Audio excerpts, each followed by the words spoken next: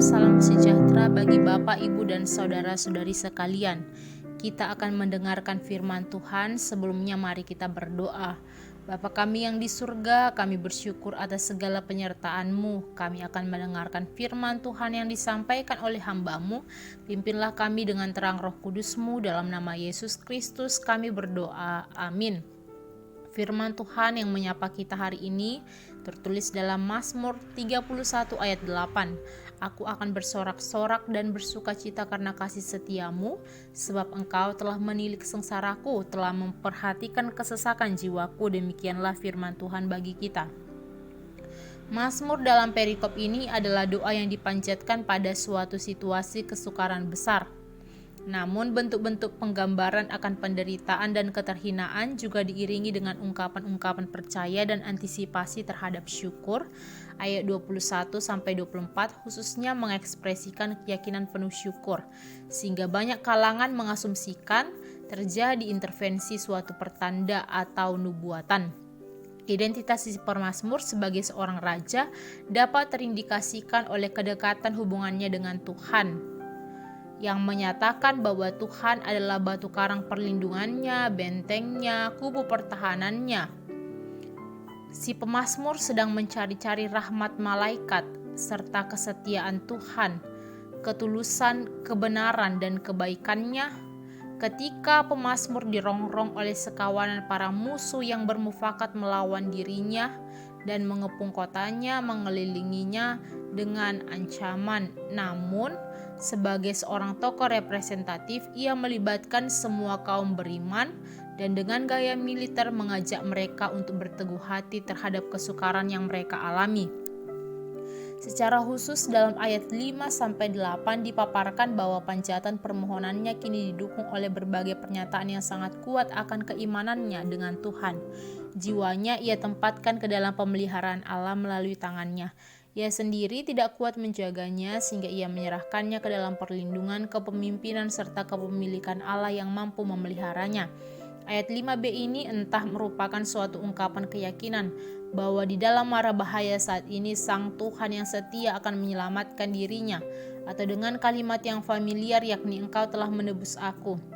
Ia memberikan pengakuan akan peristiwa keselamatan di masa lampau yang olehnya jiwanya kini menjadi milik Tuhan. Ia lantas mengucapkan penyangkalan setulusnya untuk tidak menyembah Allah-Allah lain dan menegaskan kembali ikatan hubungannya dengan Tuhan. Pada ayat 7-8 ia berjanji untuk bersaksi dan mengaturkan puji-pujian ketika dirinya diselamatkan. Mazmur ini merangkumkan ketiga buah kondisi yang mungkin diketahui oleh para hamba Tuhan.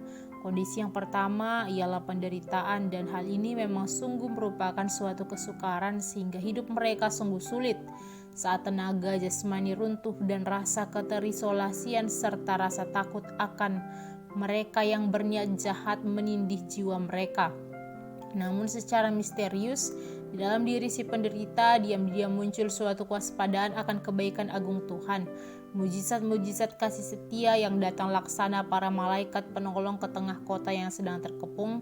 Mereka yang terkepung kemudian menyadari bahwa mereka terpelihara di bawah naungan sayap-sayap Allah, terlindungi di dalam naungannya. Di antara kedua buah situasi kontras ini muncul hampir seperti menjembatani unsur besar lain yang menyadari mazmur ini, yakni percaya kepada Tuhan.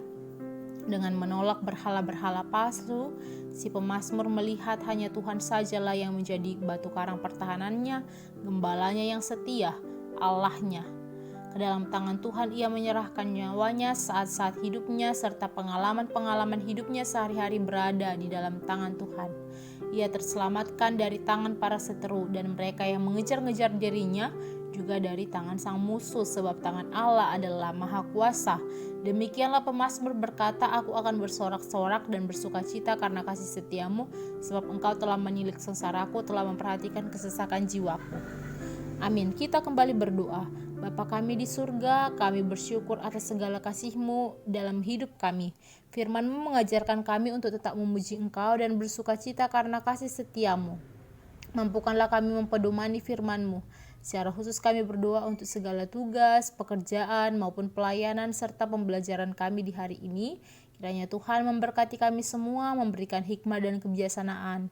Sertailah kerabat, keluarga kami, dimanapun mereka berada dan apapun yang mereka lakukan.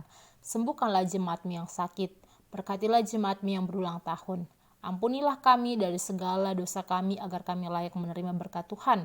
Dalam nama anak-Mu Tuhan Yesus Kristus kami berdoa. Amin. Anugerah dari Tuhan kita Yesus Kristus dan kasih dari Allah Bapa dan persekutuan Roh Kudus menyertai kita sekalian. Amin. Selamat pagi, selamat berkarya untuk kemuliaan nama Tuhan. Tuhan Yesus memberkati Bapak, Ibu, dan saudara-saudari sekalian. Shalom.